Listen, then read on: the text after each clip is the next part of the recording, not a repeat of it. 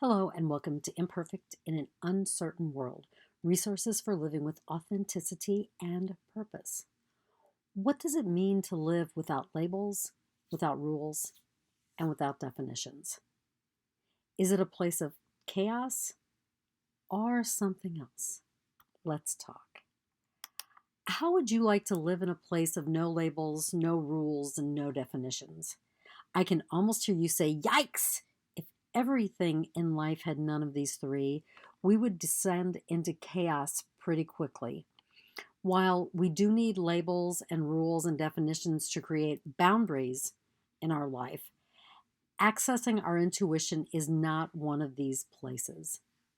Because being intuitive or accessing your inner wisdom requires a flexibility that cannot be bound by labels, rules, or definitions. I'd say the only expectation we have when it comes to our intuition is to expect the unexpected.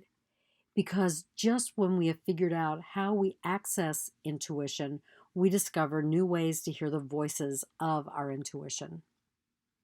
Now, I like to think of my intuition as an inquisitive communicator.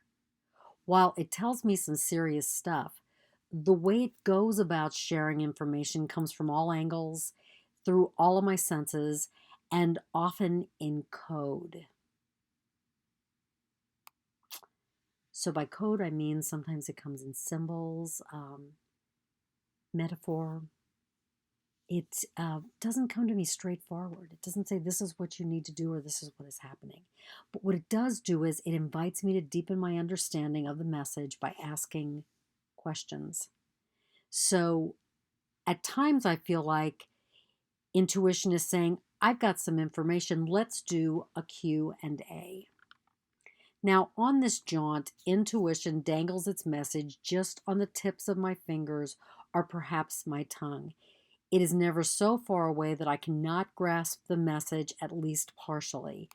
And you know what? That's okay. It may take more than just this moment to understand the entirety of the message. And you know what? I've learned to be okay with the evolution of my intuitive understanding that what I receive today evolves into what I really need to know. So, how do we undertake this journey?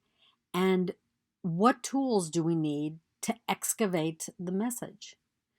Two of the most important tools I think that whenever using your intuition are gentleness towards yourself or self compassion and awareness, or another word for awareness is mindfulness. If you're not in the moment, you won't hear the message. And if you're not gentle with yourself, you'll become so tense, so afraid that you'll miss the message that you do. And so you miss message after message after message until your intuition begins to shout at you. Now, I know that self compassion and mindfulness are easier said than done. So let's break them down. Be gentle with yourself. Don't expect an answer to every intuitive pondering. Don't expect to recognize every message that comes your way. The important stuff comes back to you again and again until you finally recognize it. Trust in that. That doesn't give you permission to be sloppy or out of the moment, non attentive. It just reduces performance anxiety. So be aware of the moment. That takes practice. Most of us aren't really good about being in the moment. We've got caught in the past or we find ourselves fleeing into the future. How do I stay in the moment? Sometimes I put a post it note with a reminder on my computer. I set alarms. I take time to ask myself what kept me in the moment and what drew me out of the moment. And sometimes my intuition will nudge me into the moment with a gentle reminder. So, what I want you to do is think about how your intuition gets your attention. So, you ready to practice? Let's do it. I'm going to invite you to breathe into the moment and name what emotion you're feeling.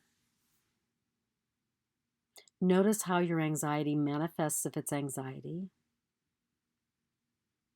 And so, what I'm going to invite you to do is to breathe into your anxiety, your fears, your desire to know, and then open yourself up.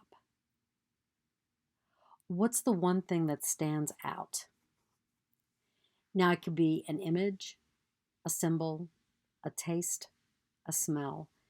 Just notice what you notice without judgment.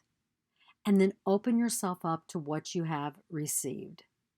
Allow your intuition to just evolve. Follow your intuition by free association and allow the message to unfold. So now you might be thinking, gosh, that's like X clear as mud. So I'm going to give you an example. Recently, I noticed that I wasn't wearing orange, but a lot of food that I was eating was orange.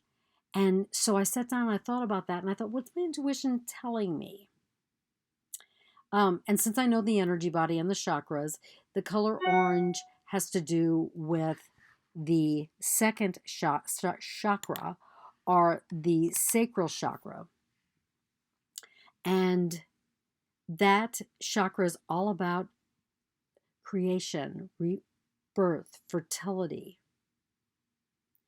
And so using this information about what I was eating, plus the information that I wouldn't wear orange, I discerned that I was trying to jumpstart my creativity, that there was something that was blocked, to really work on the book that I was writing, even though I had not written in quite some time. So really my intuition was telling me, you know what, now's the time, Vanessa, to really begin to create and finish that book. So how about you? Now I'm going to say that there's really no real science to intuition.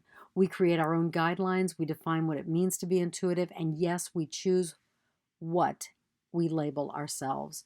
So call yourself intuitive if you like, because it's what nudges you to being yourself.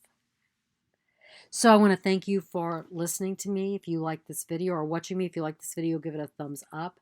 There are additional resources at vanessafhurst.com. If you need some help really connecting, strengthening that connection to your intuitive core, give me a shout out. As a contemplative coach, I would love to help you create strategies so that you become your intuitive best. So again, thank you. And whatever you do today, find ways to listen to your intuition. Namaste.